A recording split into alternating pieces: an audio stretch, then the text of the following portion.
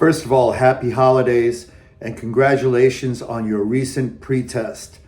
Many of you passed the fighting form portion, but not many of you passed the traditional forms, in part because of your execution of the techniques, in particular sidekick and the small details that are important in these techniques.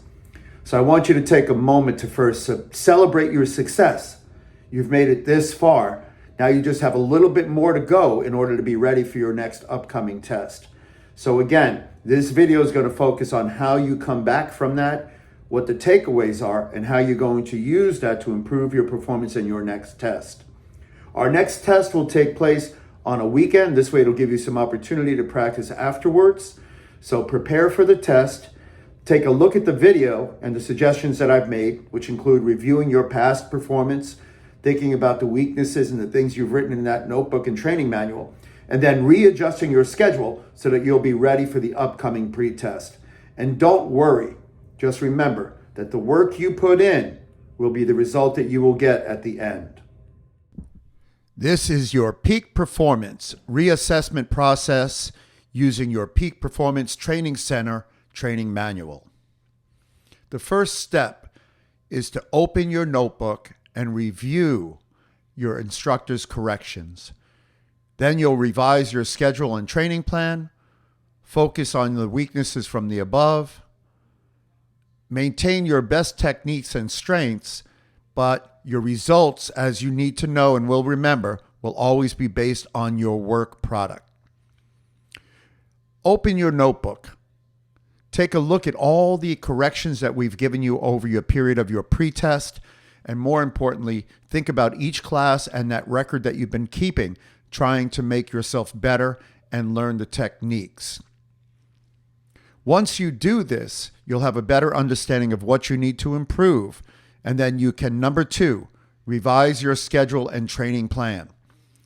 The original schedule will change based upon the instructor corrections, and your training plan may also change and need to be adapted to your new idea on how to get ready for your black belt test. Finally, focus on the weaknesses that you have listed from the above review. If you focus on those weaknesses and create a plan to correct them, then you will certainly be ready for the upcoming black belt test. 4, maintain the best techniques and your strengths. So don't forget to practice the things that you did well and keep those healthy so that they'll also be ready for your upcoming test. Finally, but most important, remember, your results will be based upon the work that you put in. What you put in is what you'll get out on the other side. If you train at 50%, you'll have a 50% result on the other side. If you train at 100%, then you'll be guaranteed a 100% result on the other side. Good luck as you continue to prepare for your black belt test.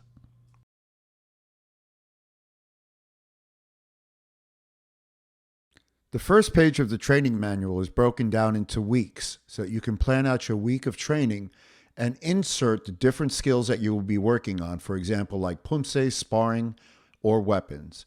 In this way, you can design your training program based upon your needs. This is the same system I used when I was training for the Olympics, and I would set up my training schedule based on a 6-week rotation and look at every day. I had 3 different training sessions, so I would use them so that I could set up the different aspects of my training and focus on what I needed to focus on. Your individual training program will be individual for you based on your needs and what you're trying to accomplish. You might spend more time on pumse, or you might spend more time on sparring drills, depending upon where you are in the program and what you need. You'll fix this daily and weekly and even monthly after talking to your instructor, but we base it on a 6-week training cycle. This will be followed by a daily post-training review. In this, you will ask yourself 2 questions, then you'll ask your coach or your parents the same 2 questions, and then finally you will ask yourself the final question. In this case, you'll ask yourself, what did I do well today? What did I do less well? Then you'll ask your coach, what do you think I did well today? And what did I do less well?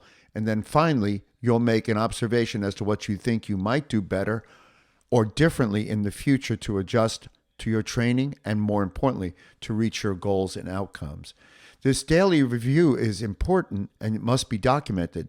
This way you can have an opportunity to reflect back on how the training went, whether the drills or skills are working for you, and more importantly, the reflection and the observation of the coach with his analysis or her analysis will help you better plan for future success.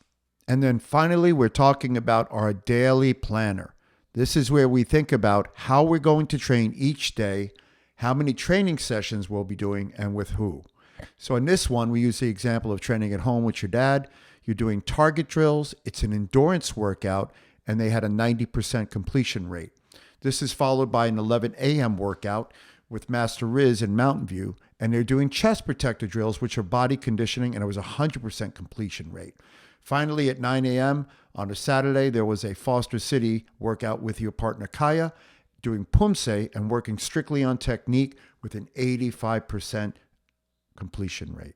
This is where you build your daily plan for success. This is where you put together your entire workout each day. But more importantly, this is how you set up that 6-week training using that feedback to see how you can accomplish the goals you've set for yourself and become the best that you can be. You never know how your journey will start at peak performance. You'll come here as a small child with your sister or brother, and you'll make new friends, and you'll stay here to become the best that you can be. Along the way, you will learn amazing things, but the one thing that is certain, where you start will never determine where you end up. This is an example of one young man who had a dream, worked hard, and tried to make that dream a reality. And he ended up an Olympic champion.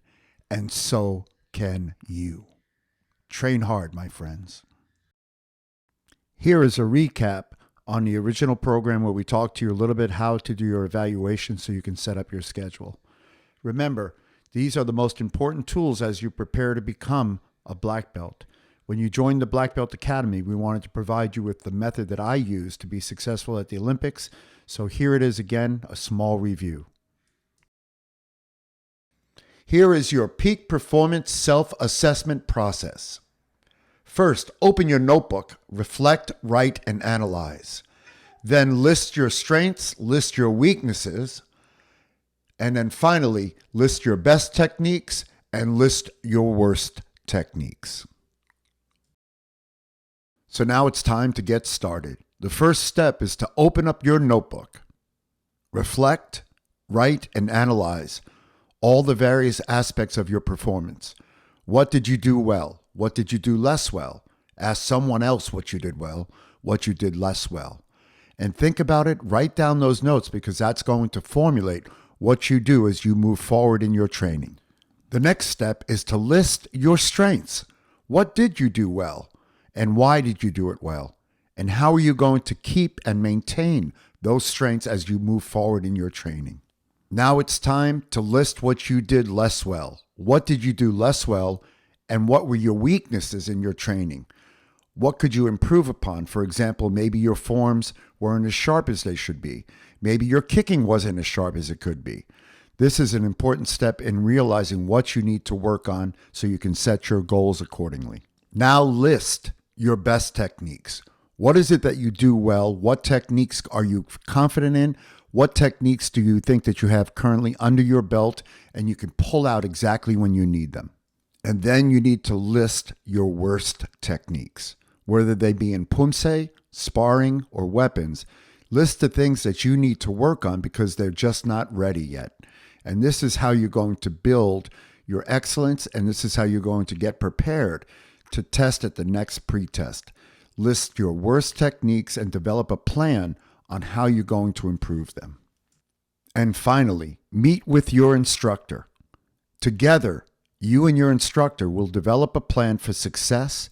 You will develop a schedule that you will use as you move forward to the next pre-test. This will help you prepare and teach you how to set a goal, more importantly, how to schedule for success. It is only by planning for success that you can achieve success. So you're going to use this list, this self-analysis, and build a plan day by day, week by week, month by month so that you can improve the techniques that need to be improved and you can still maintain the techniques that you currently have that you feel confident in. Together, we are going to become peak performance champions and peak performance black belts.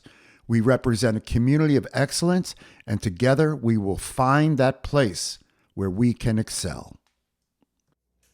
Now, it's important to remember, the only thing standing between you and your dream of becoming a black belt is you.